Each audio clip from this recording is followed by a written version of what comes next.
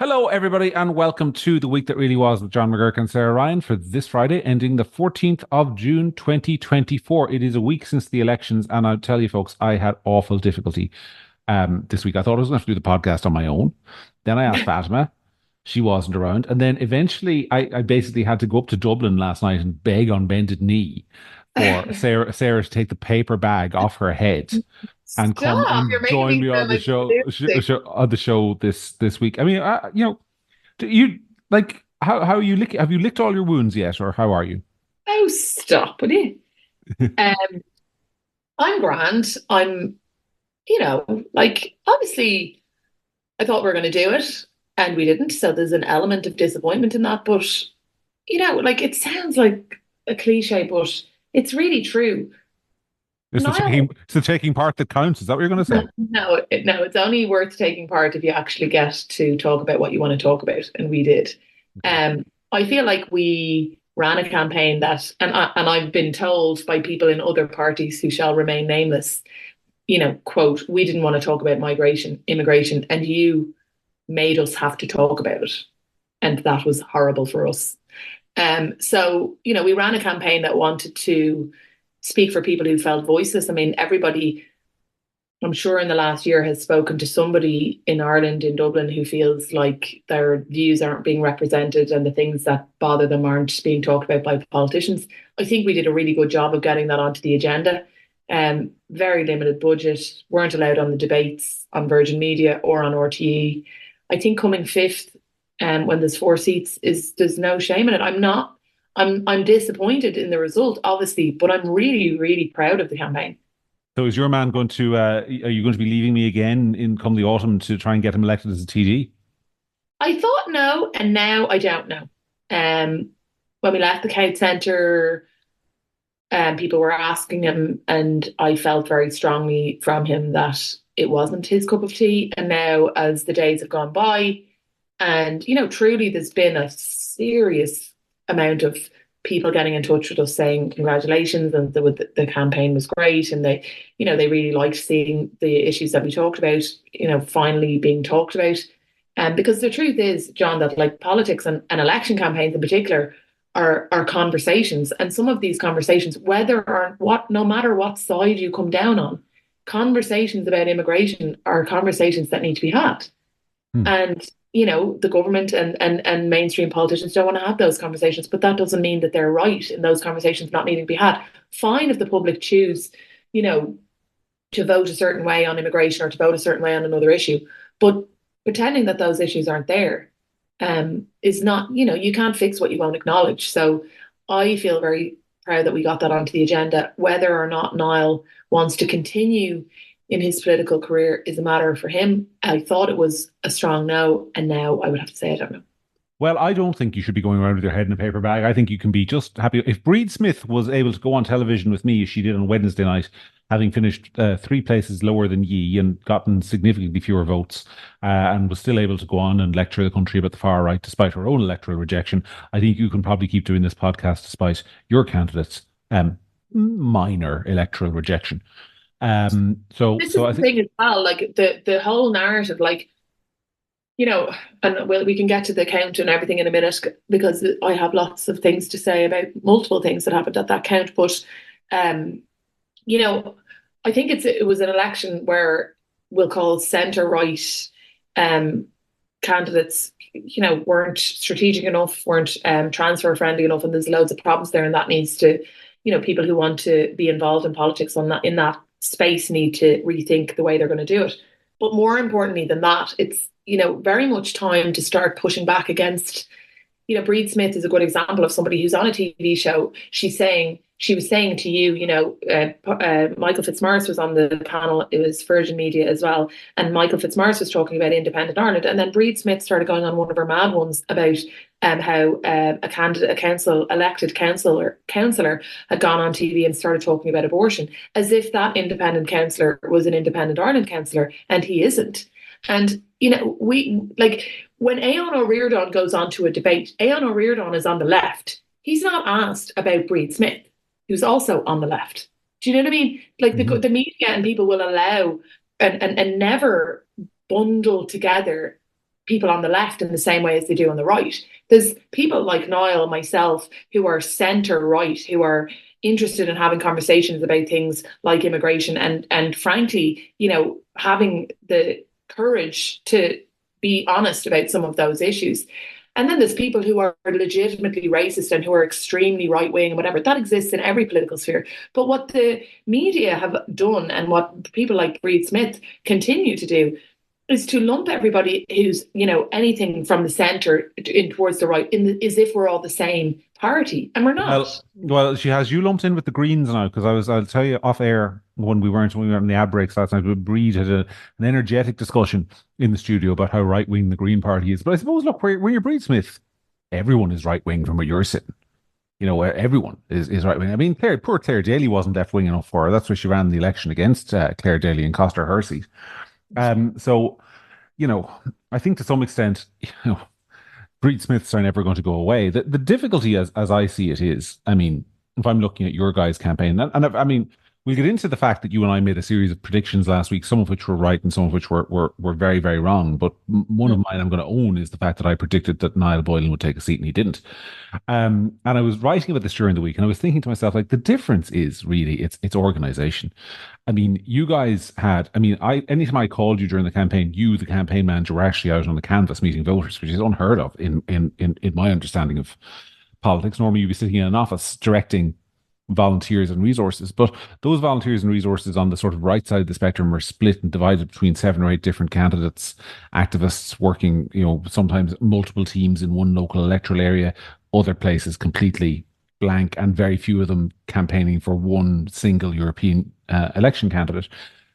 You had, I think you told me at some stage during the campaign, 1,000 posters. I mean, the major political parties have 25,000 posters. That's why if you're driving through Dublin during the campaign, which I rarely was, but you didn't really see Niall Boylan posters, and you saw posters for everyone else everywhere. And despite those disadvantages, you still came, and you weren't on the debate. You were basically frozen out by the media, and you still came a very strong fourth and beat 2 sitting MEPs. So, I mean, there's a lot there to take away. I mean, it's nice to win elections. And just once in my life, I want to see an election end without a bunch of very left-wing people jumping up and down and hugging each other. Just once in my life. I don't wish them unhappiness in their life, Sarah. I hope they have long, happy lives fulfilled with great families. But just once, I want to see them at an electoral count going, how did that happen? How did we lose? Because the ingredients are there. The ingredients are there, but unfortunately, the mixture to make the cake just isn't quite correct. I think it's extraordinary that you came as close as you did in the circumstances, but that's also true of a whole bunch of other candidates around the country who missed out. I was pointing out during the week that if you look at like Midlands Northwest, like I've rarely seen anyone with volunteers as enthusiastic as John Waters. I mean, there was one point during the campaign where John Waters was canvassing in Mullingar with 30 people with him. But John Waters has no money. His posters were all kind of homemade things stuck up on the back of a lamppost. You look at Peter Casey, no shortage of money. Peter Casey was able to put up posters in Donegal, but no volunteers. You look at people like Una McGuirk in Ireland South, massive trust from activists. They thought she was like the best thing since sliced bread. 6,000 votes because the public didn't really know who she was. And then you look at somebody like Pater Tobin, public all knows who he is, rates him highly. But there are an awful lot of activists on the right-hand side of the political fence who just don't think Pater is hardcore enough for them. So they went with somebody else instead. So there's this mess where like you've loads of campaigns with individual strengths and individual weaknesses, but when they all run together, the weaknesses outpole the strengths, so they all cancel each other out. And then the transfer patterns just aren't strong enough. So, but that said, I don't think anyone should be discouraged by the results of this election if you're somebody who wants to pull the political Overton window in the country rightwards, because I think that's actually happened. Like if you look to win this election, the government and Fine Gael and Fianna Fáil had to move substantially right. I mean, the hate speech bill hasn't been mentioned in weeks. They've been talking mainly about a firm and fair immigration system. There's Pat Leahy in the Irish Times wrote a piece during the election campaign where he said something to the effect of, it's hard to understate the enthusiasm in government for a conversation about how many genders there are, I think in reference to Regina Doherty. I mean, the political Overton window is being pulled rightwards.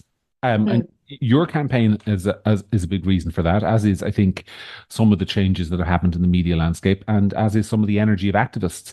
But to actually turn that into electoral success will require a lot more professionalism and discipline from the sort of this wing of the political movement in totalum, to actually translate that into long-term electoral success. And I think that there's you're right, and there's things that are, comforting about that, and then there are things that are discouraging about this election, and apart from the not winning, and some of them are observations that I made at the count, and a feeling that I have that, yeah, okay, there was obvious left transfer patterns, but I feel like there's also an emergence in Irish politics of a class divide in how people vote, right? And if I look at myself and a lot of people, obviously myself and my husband are very political people, and we're very interested in politics, and we think a lot about politics, and we've been involved in politics for years in different forms. So we're not an average couple. But a lot of people, I was thinking about it at the time, like when I saw these votes for Fianna Fáil and Fine Gael, and I thought to myself, well, there is this concept of stabilitarians and people who, have a house, have private health insurance, aren't that worried about, whatever money, and think that everything is kind of fine. And so vote for Fianna Fáil and Fine Gael because they're kind of okay. And a lot of the rage and a lot of the build up to that election, and the people, who were feeling very, very voiceless about immigration and about, the people being put into refugee housing being put into their areas, was very much working class areas. And unfortunately, the reality of it is that the turnout in those areas is half what it is elsewhere. And that shows up in the results. I mean, there's an organisation that needs to happen on the right, John, but there's also people need to vote. Yeah, but part of that is organisation, isn't it? Part of it is knocking on doors and getting people. I mean, I wrote a piece during the week where I was saying that, that if you look at the total vote in Dublin in the constituency you guys ran for candidates who, and I mean, I'm including Aintu here who might object to this, and if they do, they can let me know. But like, certainly Peadar Tóibín had a fairly strong position on sort of, the right side of the political spectrum on immigration, if not on some other areas. Yeah. If you add up the total votes, include Aisling Considine's, for people like from Rebecca Barrett, who didn't run a campaign at all and just stuck her name on the ballot, according to their wing of the National Party, to Shaft, the other wing of the National Party. So from the two wings of the National Party fighting amongst themselves out on the outer fringes of the political spectrum, through to Aisling Considine and Niall Boylan, there were something like 65,000 votes cast in first preferences, which was enough to take a seat. Because Aodhán Ó Ríordáin, I think, finished with 64,000. And yet it was also split and so fragmented and so shattered. But that is not to say that those 65,000 votes were the only votes available, because if you look at Sinn Féin, even though they had a terrible election which was mitigated by the fact that they had in Dublin, I would guess, somewhere between 1,000 and 1,500 actual party activists on the ground, knocking on doors, going state by state, street by street, putting in leaflets, having conversations, saying, we're having a difficult election, you need to come out and vote for us. This is what we did for you. We got you the medical card that time. Don't let us down on Friday. That kind of organisation, and Fianna Fáil have it, and Fine Gael have it, and Labour and the Greens to a lesser extent have it, but they have it. Whereas on the right, there's no such organisation. So there are loads of votes being left on the table. There's nobody knocking on the doors in the estates going, we stood up for you that time when that immigration fight happened, but we need your help. We need you to stand up for us now and come and vote on Friday. There isn't enough of that happening on the right. And so people are kind of going in to elections where their opponents have sowed the fields, and they're going in to try and reap a different crop almost. So yeah, I mean, there's one of the reasons. I know that because as I said to you before, like Linda de Courcy was an independent Ireland candidate in Clondalkin, and really good candidate. She got elected to the local elections, and she took Niall's leaflets. She came canvassing with us in Clondalkin, and then she kept loads of leaflets. And when she was going door to door, she was also handing them a Niall Boylan leaflet, and she got elected, and Niall Boylan topped the poll in those Clondalkin boxes. I saw them. Now, if we had the organisation behind us that people were doing that across the board, I'm 100% certain you would have got elected. Yeah. but we don't. So you have to, like, you know what I mean? You have to run the campaign with what you have. And, what we had was 1,000 posters. What we had was this, the amount of resources we had. We had a number of, and I won't name them because I don't want, I don't know if they want to be named, but a number of um, male and female, really, really hardworking people who love Niall Boylan and were there for him all the time and were there until the very end, stood with him at the count when he was eliminated, and were extremely loyal to him. Or he wasn't eliminated, he just didn't he was He last was man. never eliminated. Yeah, so these were really loyal, but it's Dublin wide, and it's very hard to break through, and you're not getting a fair shake from the media, and you're not on the debate on RT, and you're not on the debate in Virgin Media. And then 6-1 did another debate, he wasn't on that, he was allowed a vox pop on that. But like, I can say it now because at the time when things are going, you're taking any kind of media that you can get or whatever. But like, the truth is that we did not get a fair shake of media during that campaign. No, we didn't. And I mean, well, I think we gave you a fair shake, to be fair. Yeah, But but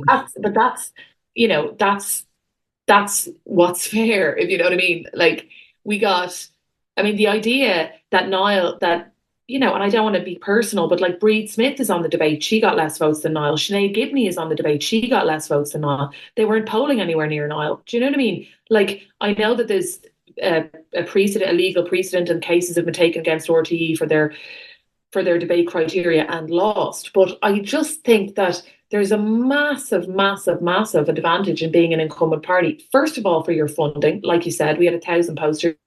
They had 20,000 posters. We had probably in the region of 20 grand. They had 200. I mean, every bus stop I saw was somebody else. Like, and I'm not even making excuses because I think we did really, really well. But I think you're just up against it, and how we did is shocking, really. yeah, when you think. but it all comes back to the reason that I and others founded Gript Media, because years ago Yeah. when I was doing these campaigns, I always noticed this pattern and this disadvantage that people would have, whereby so the campaign starts and the sort of centre right comes out of the traps with their independent candidate or their new party in the case of Brenua, for example, or their referendum campaign.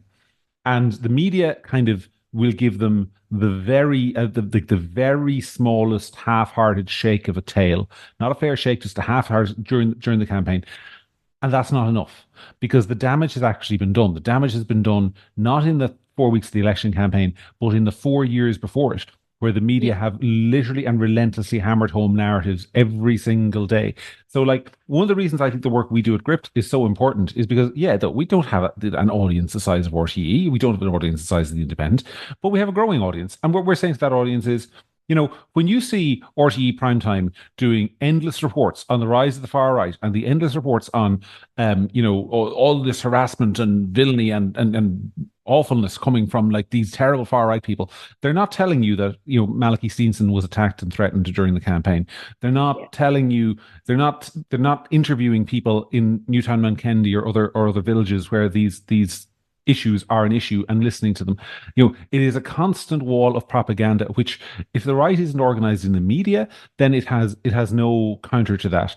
And at political level, if you're just kind of setting up a campaign in 6 weeks, I think I think Gript Media is one of the reasons for the growth. It's not by no means the biggest reason. It's by one of the reasons for the growth of a centre right vote in the country.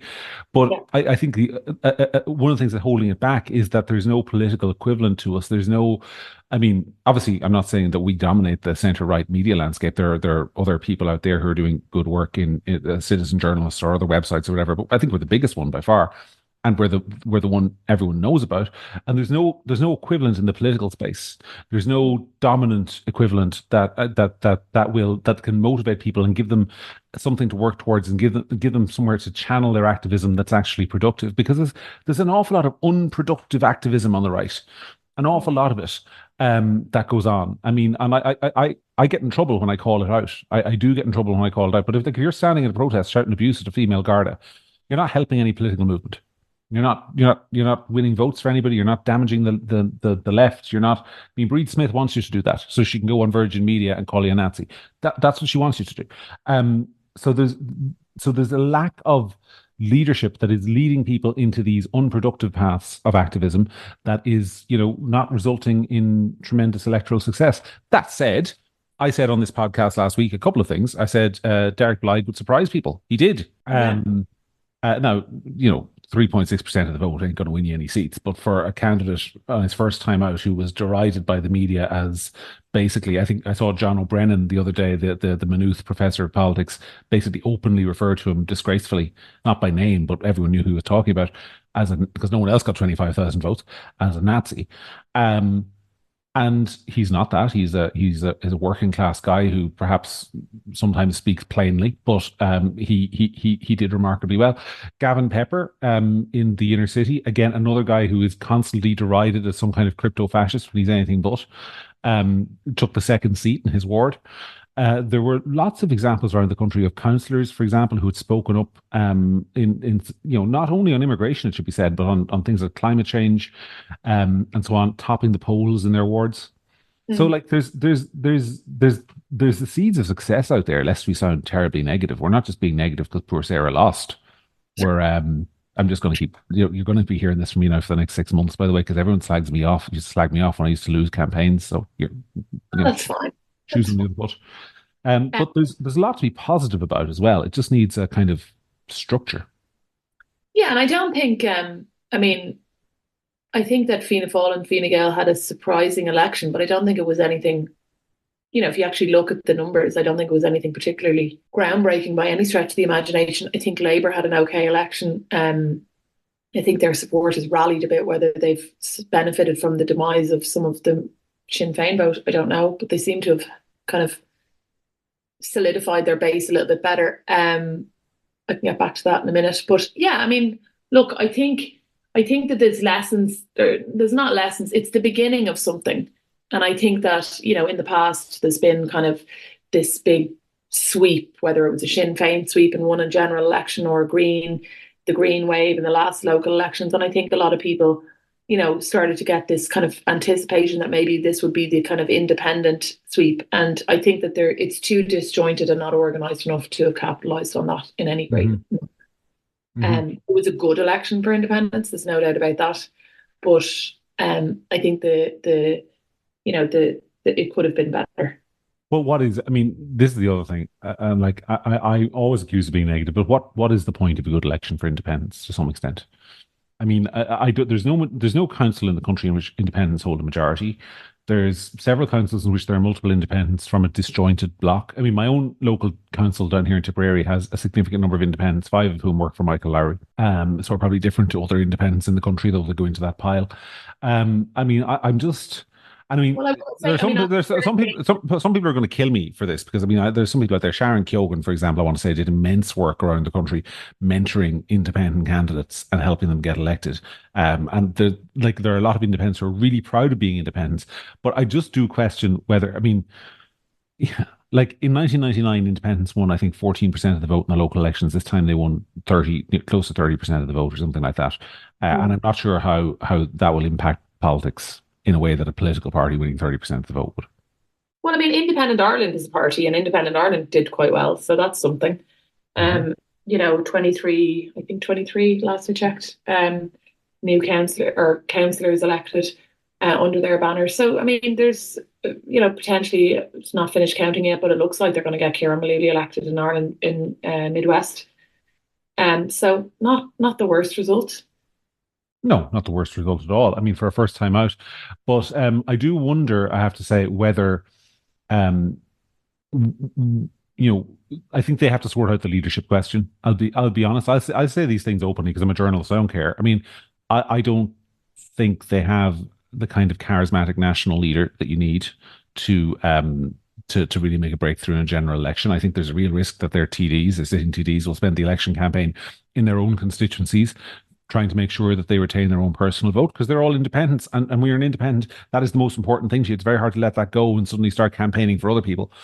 And I also think that they have, I don't think that any of them are the strongest possible media performers that you could put out. So I think they have potential, but I think they have an awful lot of work to do. to really become, and also, by the way, Sarah, I'm just going to say it, they don't have a policy platform, or at least a united one.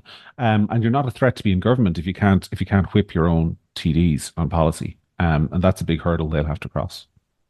But I don't want to sound pessimistic. They got a lot of really good candidates elected, and have really good general election candidates. But there's more work to do. It's not a matter of just now showing up in a general election and taking 12 seats and Bob's your uncle.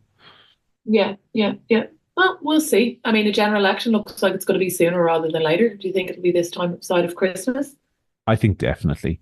I mean, I'm always hesitant to worry too much about like or to go with the herd too much, because the political herd is now all saying the election will be held this side of Christmas. But I just think it's one of those ones where the political herd for once is right. And if Simon Harris doesn't listen to them, he's a very foolish man. He But they has have to have the by-elections or before Christmas, yes.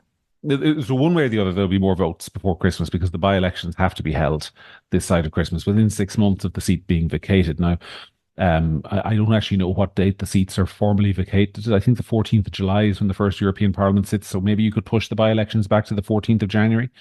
If you, But if you, who wants to campaign in January? Yeah. nobody. And look, there's a couple of factors. First of all, people who don't campaign in elections don't understand what a miserable job it is and how much more miserable it is in February than in September and October. When the evenings are longer, the evenings are drier, it's not as cold. People forget that February is, and indeed, I said this to you this morning off air, and you kind of forgot that February is one of the worst months of the year weather-wise because you were thinking it was April. But all those months really from January through March are miserable. And people are cranky. It's after Christmas. They don't have as much money in their pockets because they've spent a lot of money for Christmas. They're feeling the cost of living more. Whereas September, August, they've just had a holiday. Their kids are back at school. The weather's still pretty nice. They're looking forward to Halloween. They're looking forward to Christmas. There's a bit more optimism at that time of the year. So that's a good reason if you're a government to hold an election at that time of the year. And secondly, you don't want to spend all the money, energy, and effort campaigning to take Michael McNamara's seat in Clare, only to then have to fight that exact same election 3 months later in a general election you have to hold anyway. Why would you do that? That's stupid. And of course, the final reason is that Sinn Féin are in an absolute mess, and holding the election sooner rather than later prevents them from getting themselves out of that mess. So, Actually, on that particular note, John, since you're going to remind me about my electoral failure, I'd like to point out that last week I, quote, went out on a limb and said that Sinn Féin would get less than 15%. Was I correct?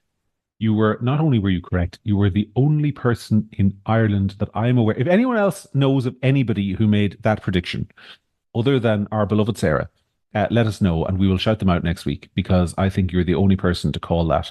I am going to say that I had an inkling that you might be right, but I didn't want to believe it. So therefore, I just let you hang in the wind, thinking that this week they'd come in with 17% and you'd say, oh, well, I was close. No, you absolutely called it. You nailed it. I received scorn from a number of people about that prediction on Friday afternoon into Friday night, and until it slowly trickled away like, water through your fingers around the time the boxes started to open on Saturday. Well, it took a while actually to realise the scale of the Sinn Féin disaster when the boxes opened on Saturday, because initially I was looking at the tallies come in initially, and I think because one of the reasons it took a while to come through is because there's always a Dublin bias, because that's where the journalists are. Indeed, that's where our people were looking at boxes being opened. And there's always a kind of inner city bias, because those tend to be the boxes with the least votes in them, because you're talking about turnout, and they tend to get opened early and they tend to get tallied fast. And they tend to be strong Sinn Féin areas. So you're looking at boxes coming in, and like Lynn Boylan is in the lead for Dublin. You think, oh, their votes held up all right, actually. But then what you don't have to hand is that exact same box from 4 years ago to see actually their vote is way down.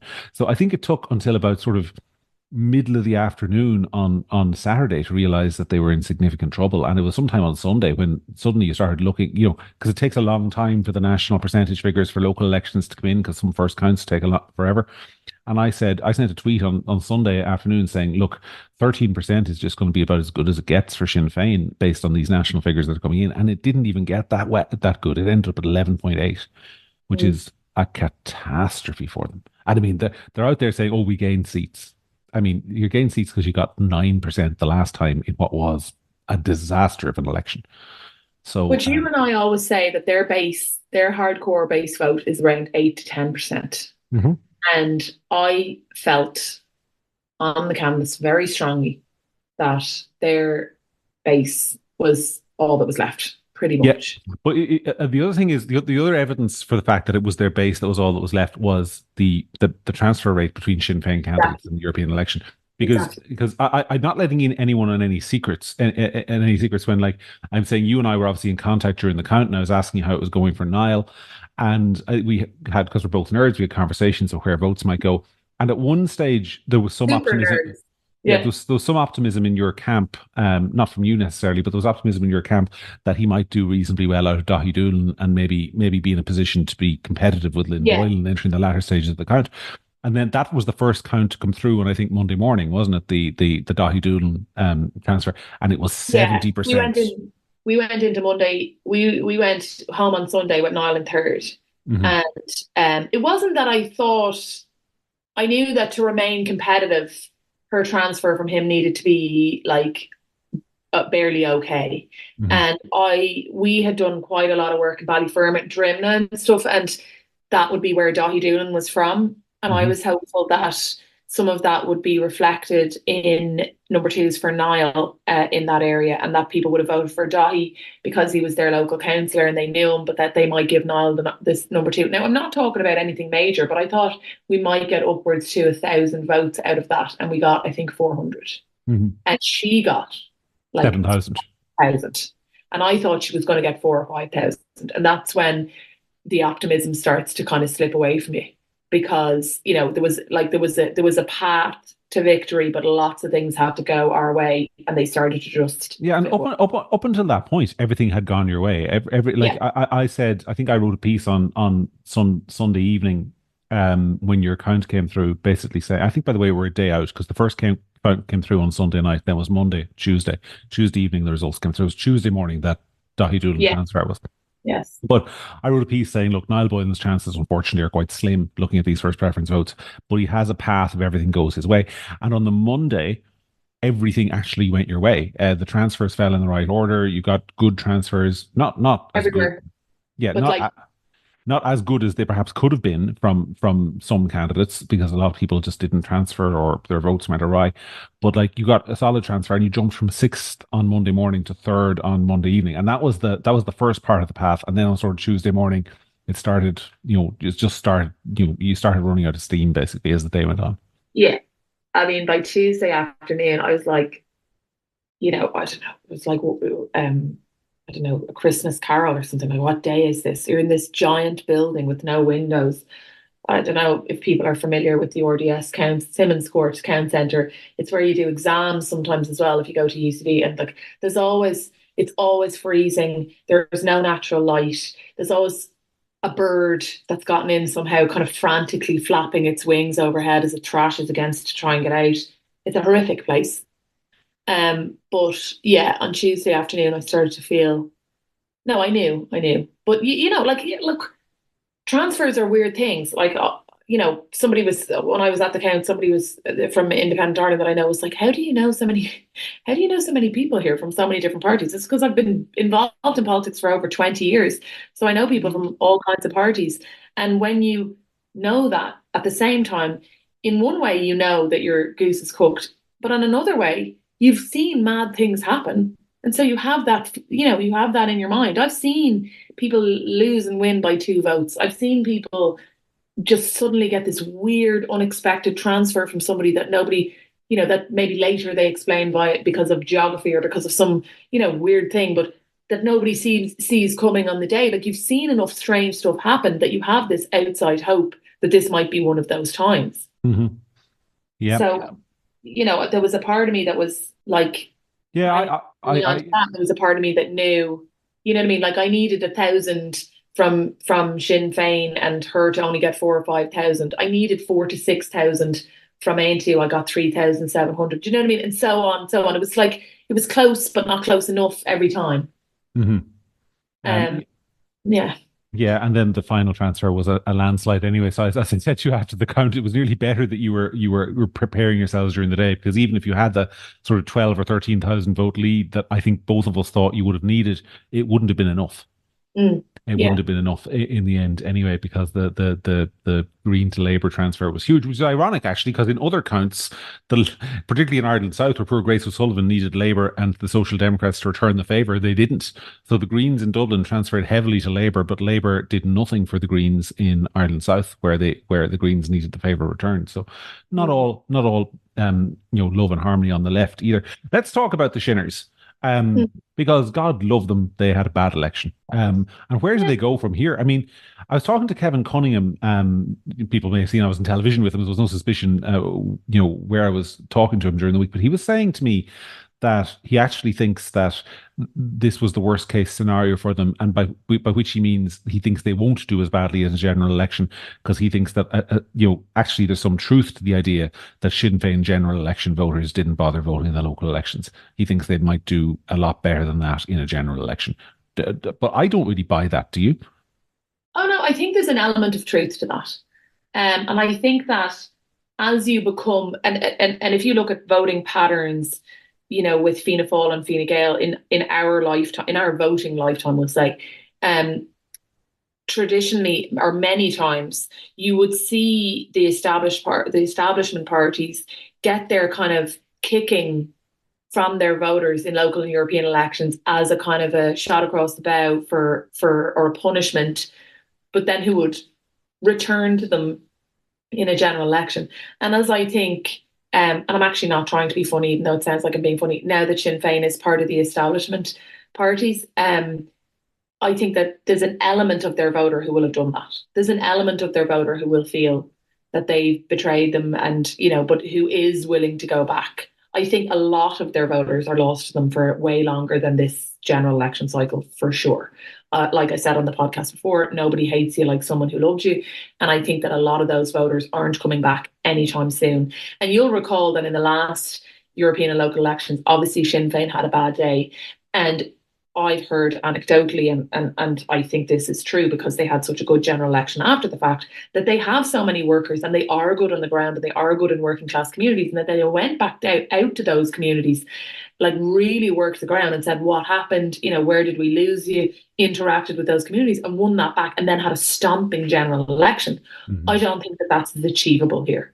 And I also think that they've taken such a smack to the back of the head that they're on their knees. And I don't think they have the strategy. I don't think they have the experience, or I don't think they have the kind of, the strategic minds within the party, I'll say, or the experience of how to get back up from this. They were shook by those elections.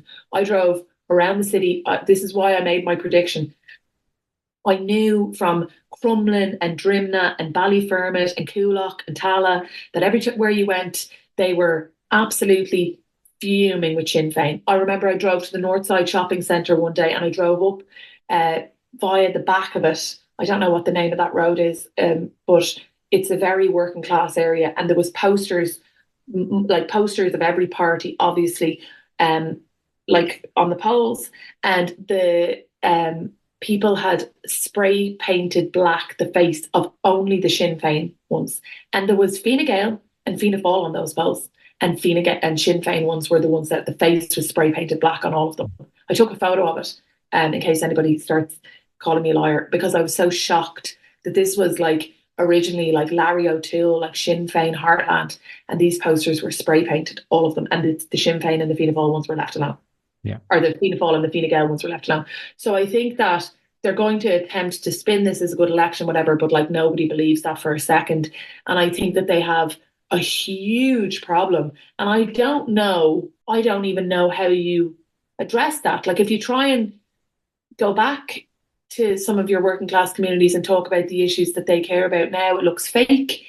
You can't go into your other areas because they're not voting for you anyway. I don't know. I don't know what. Yeah, they have a problem on their left flank as well, of course. Now, I mean, yeah. It's quite evident to me that they also lost votes on the other flank. For like, when I was on television during the week, I said to Lynn Boylan, she was on about basically, Sinn Féin Progressive Party, and I said, look, it's bullshit. Like your canvasser, like I had a Sinn Féin leaflet in my hand, put into my door, double like one of those ones that was kind of like an A3 page folded down to like an A5. You know, it was like you open it and there's like all sorts of stuff in it, and there was a Yeah. big green box in the middle of that leaflet, which was immigration, and it was basically like it was like something the Irish Freedom Party would have put on their elections on their leaflets about 3 years ago, Mm. about the need for secure borders and a fair immigration system, and all this sort of guff that was clearly designed to, even if it didn't explicitly say we're on your side in immigration, that was the purpose of it. I'm a Sinn Féin canvasser during the election, and Lynn Boyle wouldn't believe me, and didn't know But who I was. she was saying that one independent Darling candidate had given her a leaflet, but she wouldn't say who or whatever. Well, isn't Yeah, that I know. concerning? It was, yeah. But, like, so they definitely lost votes on that other flank as well, because you only had to look at social media to see the stick they were getting for that. But anyway, enough about them. They can solve their own problems. I'll tell you who had a really good election. Mm. Simon Harris. Yeah. He had a cracking election. I mean, this is the thing. I'm sorry now. I get accused of sounding like a fanboy for Simon Harris when I'm anything but. And like, I think I've always said this. He's a very personable guy. I like him a lot. I meet him anytime. I wish him well because I think he's a nice man. But I don't wish him well politically because I think his instincts are bad. But I think politically he's one of the savviest operators we've ever had, and he had a phenomenal election. He managed to move Fine Gael substantially to the right on immigration without the media really noticing. He was everywhere in the campaign. I mean, he had that incident with the Burkes in the last week, but he was out meeting people. In Mayo, he was shaking hands. He got a good reaction everywhere he went. I mean, he had a good election, and and I think what's more, I think he helped Fianna Fáil, and I think he helped the Greens. I think he has re-energized the government, and people might think that's a good thing. People might think that's a bad thing. I think it's objectively true. He has re-energized the government and made it somehow, after 13 years of this party being in power, done what Rishi Sunak never could for the Tories in the UK and made it almost feel like there's been a change of government. Um, and it doesn't particularly give me any pleasure to say that because I think basically they've changed the paintwork and not really what's under the bonnet. But, Mm. the change of paintwork has worked for them. I think that's undeniable. I mean, am I wrong? No. I mean, there's no doubt about it. I think he had a good election. I think as your first outing as since becoming Taoiseach, it was very affirming for him. You say he's a very nice person. I've never met him, but I'm sure he is. I mean, I was having this conversation with somebody the other day. I'll get to the different people I met at the count, but like most people in politics are nice. You know what I mean? You don't really meet people who are awful, that often, You meet some. You except for definitely. usually Sinn Féin and also Kate O'Connell. But most of the time, people are kind of sound enough. But I think he had a stomping election.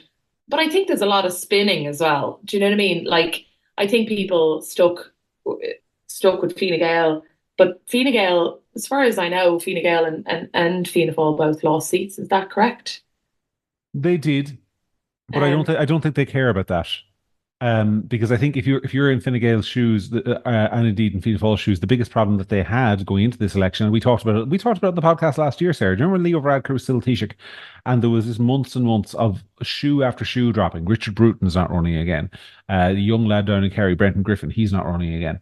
The Michael Creed's not running again. Joe McHugh's not running again. And there was where are they going to get candidates? Where are they going to get electable candidates? They're in real trouble. Well, that problem's gone. They now have electable candidates for every seat who will also be able to present themselves as kind of new. In fact, that problem has kind of almost been undone and turned into a negative by this campaign. So like they've fixed a lot of the problems for themselves, and they also have, and this is the most substantial thing, they also now have facing a fractured opposition because yes, Fianna Fáil and Fine Gael are slightly down on seats, but between them and the Greens in the local elections, they secured more than half the votes and more than half the seats. If yeah, they do that again in a general election, then the government is re-elected. And so bad is not always people. The people hang on margins sometimes, and I kind of get frustrated by this because people get very excited sometimes about, and I'm not trying to crap on people here, but you get very excited about taking the last seat in a sixth seat or somewhere and saying you made a breakthrough. Yeah, but your opponents have just taken the first four seats on the first and yeah, second count, yeah, and you haven't won the election. You won a seat. You haven't won the election. yeah. And I think that's important to remember.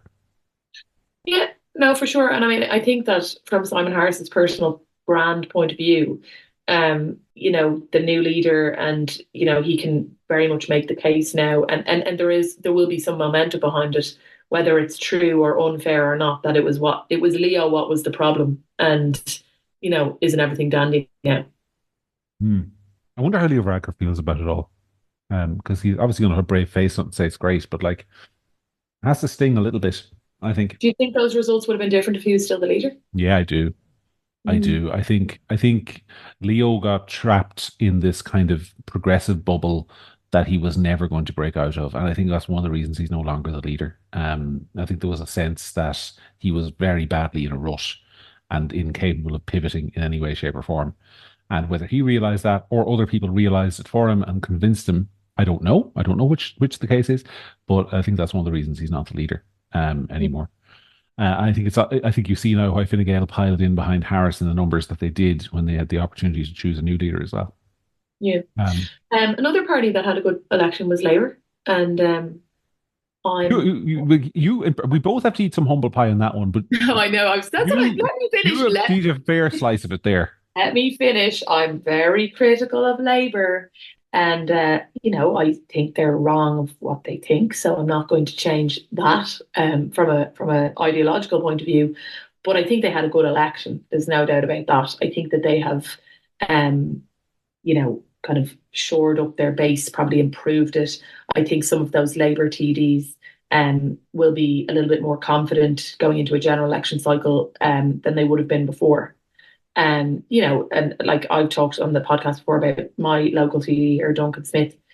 They split the constituency into two constituencies, so now it's 2 3-seaters. He would have been. I'm sure he would have been quite concerned about his future, and I think that he has reason to be optimistic, cautiously optimistic, based on these results. So fair enough. And I've always said that I think Duncan is really nice. What's funny about this is how many times I've given out about Aon O'Riordan on this podcast, and they say they say never meet your heroes. I don't know what the opposite of that is, but I finally got to meet him in person at the count, and he's quite nice. He's fine. I had a bit of a laugh with him, considering I slag him off all the time. But he didn't confess to being a listener, John. But it'll be a lot easier to be building houses in Dublin Bay North now. That's the only thing to say. There'll be many fewer objections to housing submitted in that part of the world. That's the one good thing about like, talk about every cloud. I mean, Aon, we lose Aon to Europe, but the housing crisis will be fixed. Yes. So there's always that. Yeah, I mean, yeah, it's just the thing about them is I think there's another factor going on here, which is every action in politics is an equal and opposite reaction.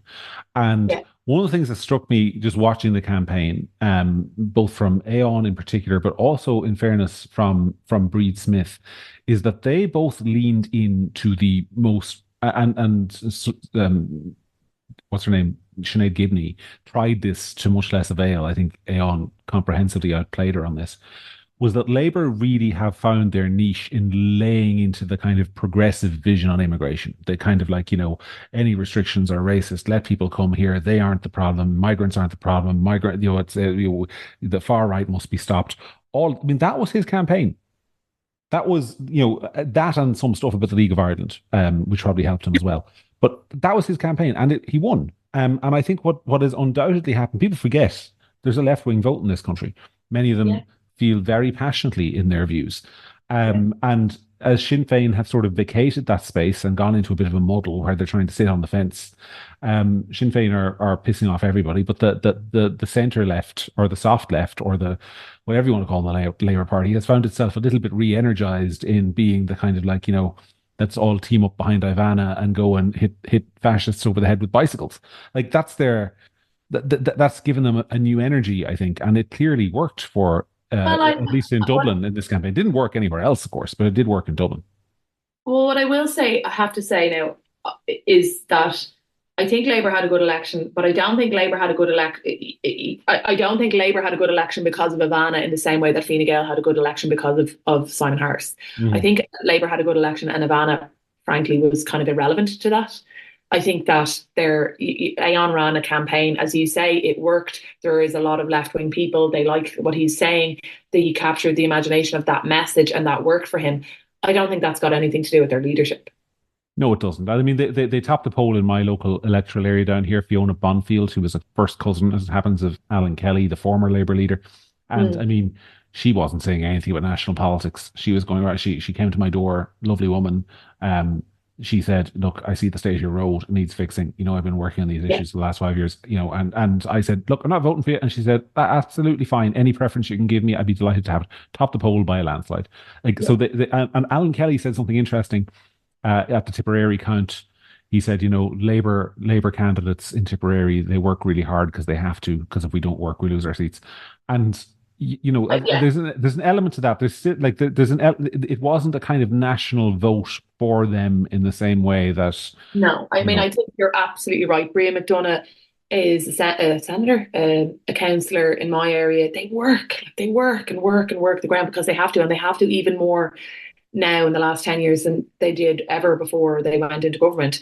And, they've been working the ground. A lot of them are really like Dermot Lacey, people like that. Like they're just really hard working councillors on the ground. Yeah, That's well, what we're. I said to you something this morning, and I really feel bad that I've never said this in public, but I'll say it in public. Like, and people can fight with me. I don't care. People will fight me for things. But if I lived in Pembroke, which I never shall, so this is an empty threat, I would probably strongly consider Dermot Lacey for my number one vote in a local election because I know Dermot Lacey to be one of the hardest working Yeah, elected officials in local government in the country. I know he knows local government inside and out. I know he helps people when they need help. I know he listens to his constituents. He gets problems done. I don't necessarily agree with him on national politics, but as a local councillor, he's one of the best local representatives in the country, and he has that seat as long as he wants it, as he should, because that's just. And I think the other thing when you talk about the national results is that can't be over or underestimated for right across the board. I mean, there are people in my family who voted for a particular local councillor representing one of the two major parties because he has helped them an awful lot. When they've needed help with anything from planning permission to a pothole, he has been there and willing to help. And so the incumbency factor in local elections is very important as well. yeah. And that can't be, and that makes it kind of hard. It makes local elections sometimes particularly hard for newcomers to break into. Mm, yeah. Um, Yeah, it's there, but that's what I mean. I mean, people can overstate the relationship between local and European elections and then a subsequent general election. And I think that, you can be a really hardworking councillor, and this sounds like a contradiction in terms, and it is in a way, but like you can be a really hardworking councillor who does do the work, who gets taken out in a tide if, nationally things are really bad for your party. But you can also be a really hardworking councillor who gets elected despite the tide of your party or despite the national figures of your party. Like Labour aren't on high national results, but they did well. And I think a lot of that was because of groundwork. Yeah, but then Um, you have then the European elections are a completely different thing, and you have to yeah, look at Midlands Northwest. I mean, I have to. We've been eating humble pie. I mean, at some point before the end of the show, I'm going to point out that a lot of my predictions from last week's show came true. I mean, not only did Luke Ming Flanagan top the poll, as I said it would, but he's hanging around long enough to take transfers off Sinn Féin. He's going to cost them that seat, like I said would happen. What I didn't see happening was Fine Gael taking 2 seats in Midlands Northwest, and what I didn't see happening.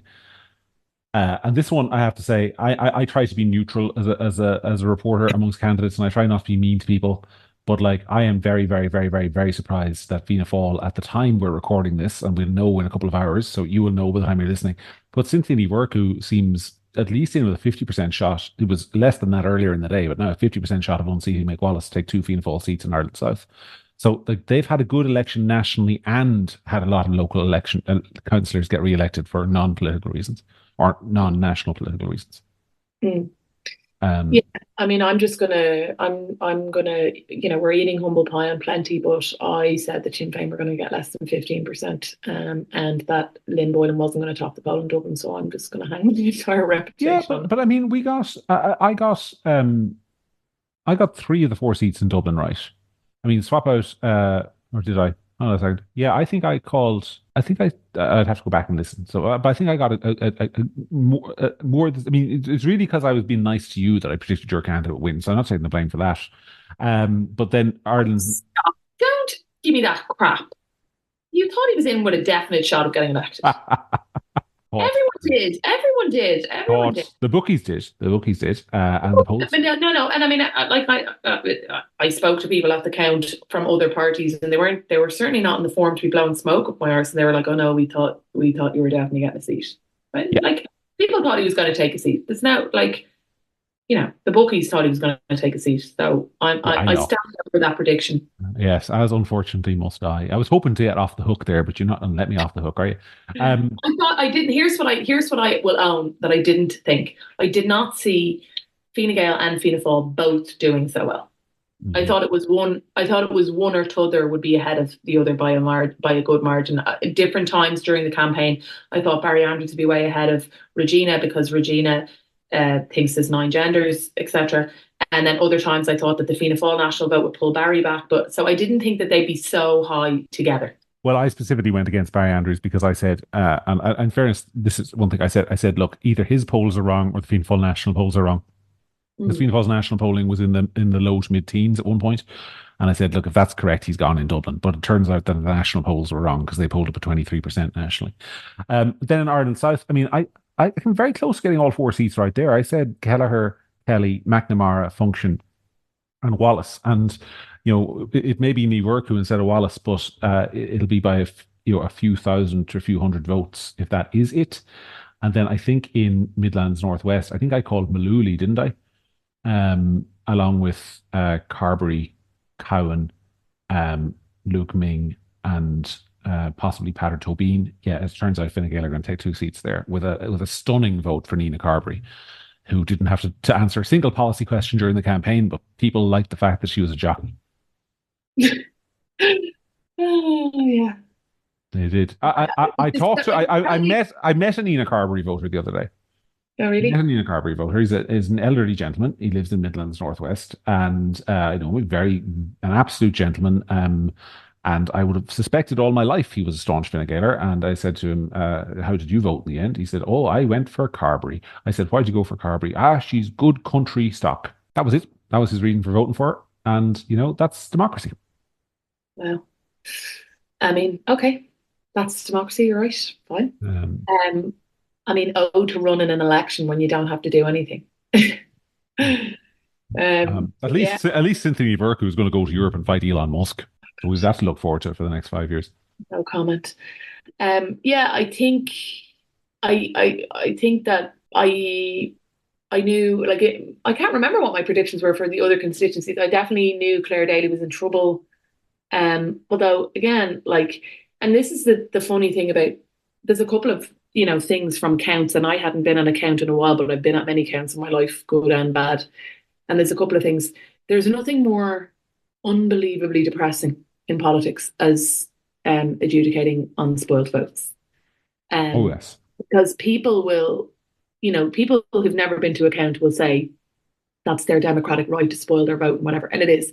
And when I tell you that the pile of people who clearly deliberately spoiled their vote compared to the pile of people who just didn't know how to vote properly, the difference is massive. I mean, I'd adjudicated over a pile of over 1,000, and I'd say 20 of them were deliberately spoiled, and the rest of them were accidentally that people didn't know how to vote. You're talking XXs, people starting their ballot with number 3, all that sort of I stuff. mean, and also at one point, so for people who don't understand how it works, each person has an election agent, each candidate has an election agent.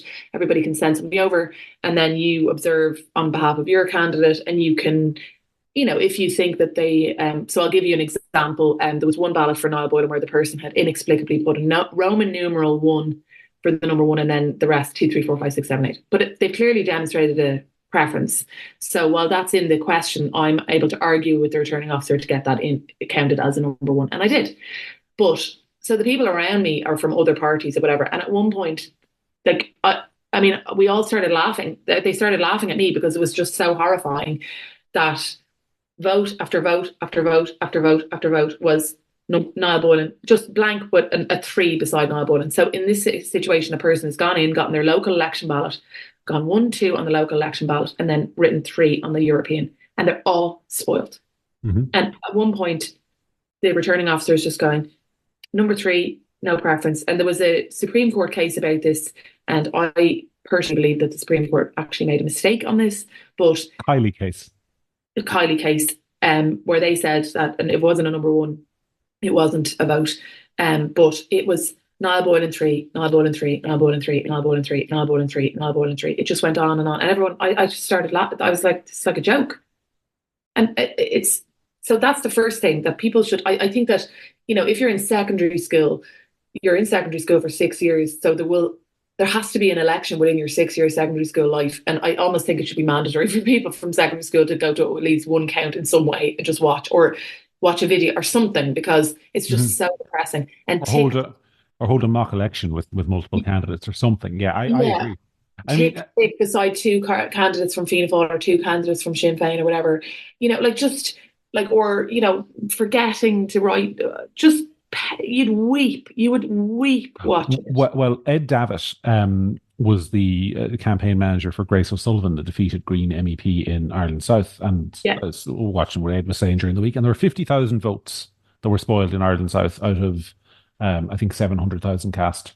Or 700. 10,000 Dublin. Yeah, and he reckoned half of those in Ireland South were, there were 713,000 votes, 763,000 votes cast, of which 50,000 were spoiled. And he reckoned half of those were so-called Kylie ballots, where people started their vote with a number 3. And I just held my head in my hands, like, how can you do that? I was talking on Tip FM during the week. But that could possibly change the entire outcome of the election. Oh, absolutely could. Well, No, I'm not talking about specifically in Dublin, but I'm saying who's to say, like, if who's to say that, like, there's people who lost elections, like particularly local elections in this election cycle, by one vote. Well, that's why we had the case, because Dan Kiley lost his election to the council in Kenmare in 2014 by 2 votes. And when they were going through the count, they noticed about 4 of these ballots for one of his opponents that had started with the number 4 or the number 5 or the number 2 or whatever. And Dan Kiley went to the Supreme Court and said those ballots should be thrown out. They weren't proper number 1s. I should win the election. And the Supreme Court agreed, and Dan Kiley won his case, and he became a councillor by getting votes thrown out. It didn't get much coverage at the time, even though it's the kind of thing that if poor old George W. Bush had done it in Florida, the Irish Times would have written about nothing else for 7 months. So obviously every citizen, including Dan Kiley, has the right to access to justice, and the courts ruled on this and decided he was right. But that's why essentially that is the case. But like in general, like I'm convinced people don't know how to vote. I mean, there was a vote in Dublin I saw that went, I can't remember actually what the name of the second National Party candidate was, but it was like the James Reynolds National Party got the number 1 vote, and the Justin Barrett National Party, represented by his wife Rebecca, got the 2nd vote. You know where number 3 went? Aon O'Riordan got the number 3. And I was just thinking, like, that person either is taking the piss, or they actually don't understand how any of this works. Or they have weird reasons. This is the thing. Like, there's always a reason. I don't think that I think that person. There's always There's always the voter, the very kind of randy voter who starts with the most attractive candidate and works their way down. So maybe they just like the look of the 2 National Party candidates. Yeah, maybe. But the other thing about the count, apart from the spoiled votes or whatever, is, and I think it's worth talking about because it's interesting, is that you see the people, like, I'm joking about meeting Anna Reardon, or had a bit of crack. He knows that I slag him off on the podcast, and I'm sure he's devastated. But most people are kind of sound enough that, like, you can have the crack with them even though you fundamentally disagree with the way that the country should be run. You can get on with them or whatever. And, like, there was things like Claire Daly lost her seat, for example. And I was really struck by the difference between the moment that Claire Daly lost her seat and the moment that Kieran Cuff lost his seat. And I think that Claire Daly couldn't be any different from me politically. And that's fine. But she was an extremely nice lady in the Count Centre. There was a number of, not with me, but A2 guys who were tallying or whatever. She was so polite and generous with her time to everybody who was asking her questions about her vote and whatever. And obviously this was a difficult day for her, and her daughter was there. And I think the treatment of her, like, there's this viral clip of her saying to RTE, "You didn't want to talk to me for 5 years, and I'm not going to talk to you now." But when you're actually there in the moment, I felt like they hounded her to her car, practically, her daughter was there. I think the treatment of, that by the establishment of people who don't get into line or step in line with them in the way, the mainstream media want is appalling. And like I said, I'm not Claire Daly's politics, but she's a human being. And, I, in 2009, stood in that exact county centre when my father lost his European seat with the media all around watching. And it's devastating and it's awful. And I just felt like Kieran Cuff gave a speech and then he was clapped out of the hall. And I'm not saying he shouldn't be. That's fine. I'm sure he's a lovely man and, he's just lost his job and it's awful. But I think that the difference in the treatment is wrong. And it's nothing to do with politics. I'm not an advocate. I don't, it's nothing to do with Claire Daly's politics. Obviously, it's different from mine. It's decent. But You're right. I'm seeing a person, and I saw this stuff online. Like, we've been chatting to her during the day and Niall gave her a hug. And I saw somebody online tweeting, oh, it says it all that the person who gives Claire Daly a hug is Niall Boylan. And I think that they thought they were being kind of like funny, like, you know what I mean? Like, but really. It does say it all. But for different reasons. Yeah. Exactly. Different reasons. And the comments, in fairness, when I read the comments underneath, I was like, yeah, people saw through this post for what it was. And they were like, how about maybe Niall Bowen is just a decent person who sees somebody having a hard time. The media are following her. She's walking towards us. And if you're human, the thing, like, I hugged her daughter and was like, it's okay, because the cameras were in her face. Like, and Niall hugged her. We couldn't be different politics. But I'm not going to enjoy somebody having a crap time. Yeah. I'm going to, it's just so weird that, it's like, you hear all the time about, be kind and whatever. And in my opinion, in the media and in these kind of situations, there's nobody crueler than some of the left. They love it. Like, they love to see, and the media, when people don't agree or people are mainstream. Oh, yeah. A journalist who says be kind is a hypocrite. Nothing to do with left or right, just to do with, like, if they don't kowtow to whatever the mainstream media want them to, they dance on their grave, they forget the humanity of the people. And Claire Daly is a human being who has represented Ireland. I'm not going to get into her politics or whether or not I do and don't agree or whatever, because this is not my point. My point is, she's a human being who's dedicated her life to public service, and she deserved, and her family and her supporters deserved, more respect than they got. And that's a hill I'll die on, no matter what your politics is. Chasing people out of the RDS and being gleeful about their loss is disgusting. There was another incident as well at the Dublin County Centre. We're nearly out of time, but I do want to mention this because somebody mentioned to me during the week about the Shinead Gibney situation. Yeah. Where was Holly Cairns? Yeah.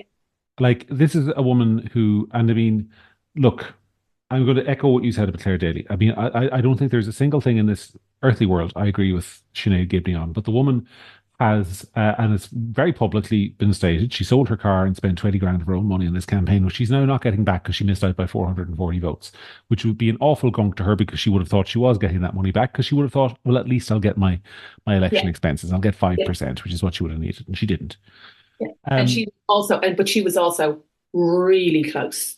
Yes, and I understand, without wanting to embarrass the poor woman, that she was quite upset in the county centre. As you would be, as anyone would be, to be in that kind of situation. And her party leader didn't show her face. No. And I mean, in fairness, your guy lost, and Michael Collins was there beside him, as was, I think, Richard O'Donoghue was there beside him for the loss. When one man who like, and you're not talking about the politics, we're talking about the humanity of people. Like, Eamon Ryan is a decent man, and when his MEP was losing his seat, he spent the weekend there with him, putting his arm around him and looking after him. And but John, that's kind of what I'm trying to say. Like, I was at the count for 3 days. Like, to Eamon Ryan, very nice man. I spoke to, different people from different parties. I spoke to Shinead Gibney. Again, don't have the same politics, but it's irrelevant. She was a nice lady. Her campaign team were lovely people. They were looking for these votes or whatever. It was like a situation for somebody to be in. And it is... And I'm not even just saying this on my opinion, because the other parties that I spoke to, and I'm not going to name anybody specifically, but pretty much every other party was talking about how appalling it was that Sinead Gibney was left in that situation, and Holly Cairns didn't bother her arse to come down and put her arm around her. Their party was about it. That of that other parties come down, they put their arm around, they support their candidates. These people who put their name out there and put themselves on the ballot for your party, and you can't be arsed to come down and put your arm around her and say, listen, we're going to figure this out. Appalling. And, you know, Holly Cairns would be on TV in her breathy little voice talking about be kind and, you know, how they're so much morally superior and kinder than everyone else. Well, every other party was kinder to Sinead Gibney at that count than Holly Cairns was. And there we will leave it. I think that's a relatively unanswerable point. And, you know, lots of people saw it. And, you know, I think a lot of people, maybe it won't matter to the voters, but I think a lot of people in politics saw that and will have remarked upon it. And, you know, it does not reflect well on the leader of the Social Democrats and her crusade to make the country a kinder place. That, however, is as much as we're going to make you listen to for this week. Thank you so much for listening. Sarah and I are discussing, by the way, the possibility of turning this podcast into a video. So if you're a really loyal listener and you made it this far, let us know whether you think that we should be doing video every week and I should have to go and get makeup done and get my hair done and, you know, do my nails, and also pedicure and manicure. And also, if you are the person who comments every week for a YouTube video, nice video, you've been heard, we have discussed it, feel validated, we've listened. Well, I think that's very nice because I think they're trying to help us with the YouTube algorithm, which is hugely appreciated. So keep doing it. But yeah, we have noticed. Also, the guy who says, thank you, Sarah, John, and all the Gript crew, God bless. That has also been noticed. And we know, we do read the comments. We love you too. Yeah. We love you all. Okay, we'll leave it there. We'll talk to you again next week. I've been John. She's been Sarah. This has been the week that really was. And we will talk to you soon.